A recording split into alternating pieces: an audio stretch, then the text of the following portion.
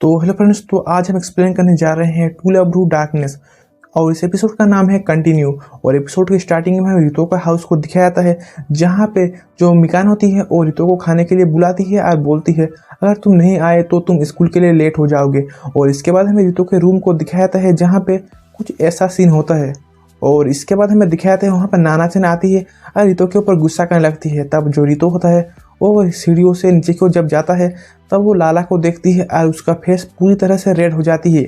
और इसके बाद हमें दिखाया जाता है वो सब लोग जब खाना खा रहे होते हैं, तब जो नाना-चन होती है वो रितो के ऊपर गुस्सा होती है। और इसके बाद ये सभी लोग जब स्कूल के लिए जाते हैं, तब हमें ये दिखाया जाता है जो रितो होता है वो सोचता है कि उसकी लाइफ पूरी हेल हो चुकी है, क्योंकि जब से लाला आई है और उसकी सिस्टर, तब से उसके जो लाइफ है उसमें बहुत सारे प्रॉब्लम आ रहे हैं। और इसके बाद हमें दिखाया जाता है जब वो स्कूल पहुंच जाते हैं, तब वहाँ पे यामी आती है और बोलती है मैं इस बुक को लाइब्रेरी में लौटाने आई हूँ। इसके बाद यामी रितो की ओर देखती है और चली जाती है। और इसके बाद जो रितो होता है वो बोलता है मुझे इसको देखने से थोड़ा थोड़ा डर लगने लगा है।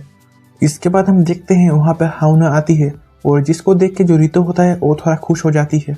और इसके बाद हमें दिखाया जाता है वहाँ पे रिसे आती है और कुछ ऐसी हरकत करती है, जिसके बाद रितो को एक फ्लैशबैक आता है और उसे कुछ याद आता है और उसका जो फेस होता है वो रेड हो जाती है।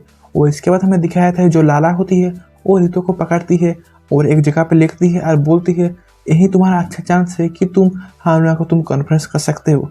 ये सुनने के बाद जो रितो होता है उसे कुछ समझ में नहीं आ रहा होता है। इसके बाद जो लाला होती है वो बोलती है तो इसका मतलब क्या तुम मुझे पसंद नहीं करते हो। इसके रिप्लाई में जो रितो होता है वो बोलता है मैं तुम्हें पसंद करता हूँ। और इसके बाद हमें दिखाया जाता है वहाँ पे कोतेयोगा आती है और बोलती है तुम लोग यहाँ पे क्या कर रहे हो। इसके रिप्लाई में जो लाला होती है वो बोलती है हम तो बस यहाँ पे बातचीत कर रहे होते हैं।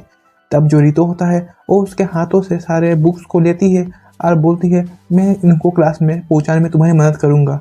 और ये सुन के कोतेयोगा खुश होती है और उसे थैंक यू बोलती है। और इसके बाद जब रितो जब उठता है, तब हमें ये दिखाया जाता है जो क्लीने होती है वो उसके सिर पे जा गिरती है और वो जाके कोतेयोगा के ऊपर गिरती है।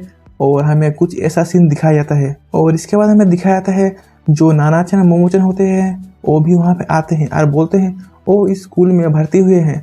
और इसके बाद जो कोतेयोगा होती है वो बोलती है क्या तुम फर्स्ट ईयर स्टूडेंट हो। इसके रिप्लाई में वो हाँ बोलती है।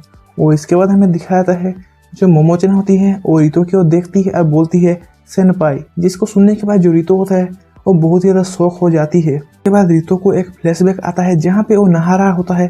तब वहाँ पे मोमो-चन आती है और बोलती है बहुत सारी लड़कियाँ हैं जो तुम्हें पसंद करते हैं, अगर तुम इस गैलेक्सी के किंग बन जाओगे तो ये प्रॉब्लम नहीं रहेंगे। और वो बोलती है मैं चाहता हूँ कि मैं तुम्हारा ओन हारेम क्रिएट करूँ। और इसके बाद हमारा सीन प्रेजेंट में आता है जब रितो मोमो को देखती है और वो पूरी तरह से शॉक हो जाती है। इसके बाद हमें दिखाया जाता है जो मोमो-चन नाना-चन होते हैं वो क्लीनो को डॉक्टर मिकाडो के पास रख देते हैं और मिकाडो सेन से बोलते हैं चिंता करने की कोई बात नहीं है, मैं इसे देखभाल करूंगी। और इसके बाद हमें दिखाया था है जो नाना-चन मोमो-चन और रितो होते हैं वो अपने अपने क्लास में वो चले जाते हैं। इसके बाद हम देखते हैं जो नाना-चन मोमो-चन होते हैं वो अपने बारे में क्लास को बताते हैं। और इसके बाद हम देखते हैं जो मोमो-चन होती है वो क्लास में बहुत ही ज़्यादा पॉपुलर होती है। ये देख के जो नाना-चन होती है वो थोड़ा गुस्सा करने लगती है।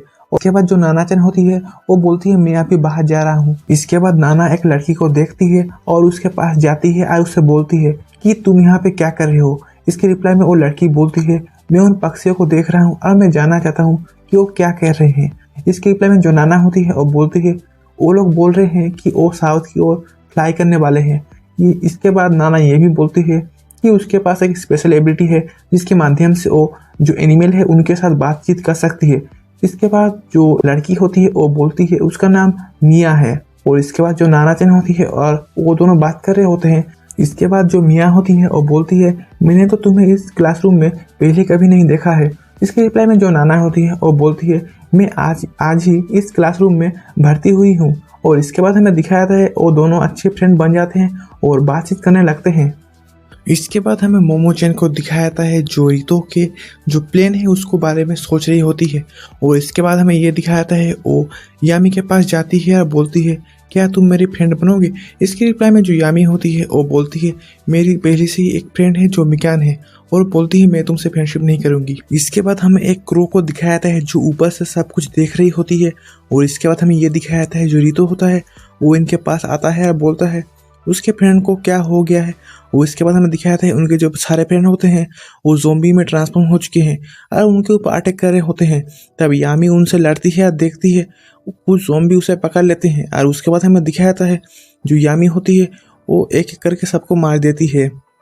इसके बाद जो मोमोचन होती है वो भी बाकी ज़ोंबीज को मार रही होती है। और इसके बाद हमें दिखाया जाता है एक ज़ोंबी होता है, वो बोलता है, जो डार्कनेस होती है मतलब यामी उसे बोल रही होती है, हमें पता है एक कोई लोग है जो तुम्हें जानते हैं कि तुम हो कौन।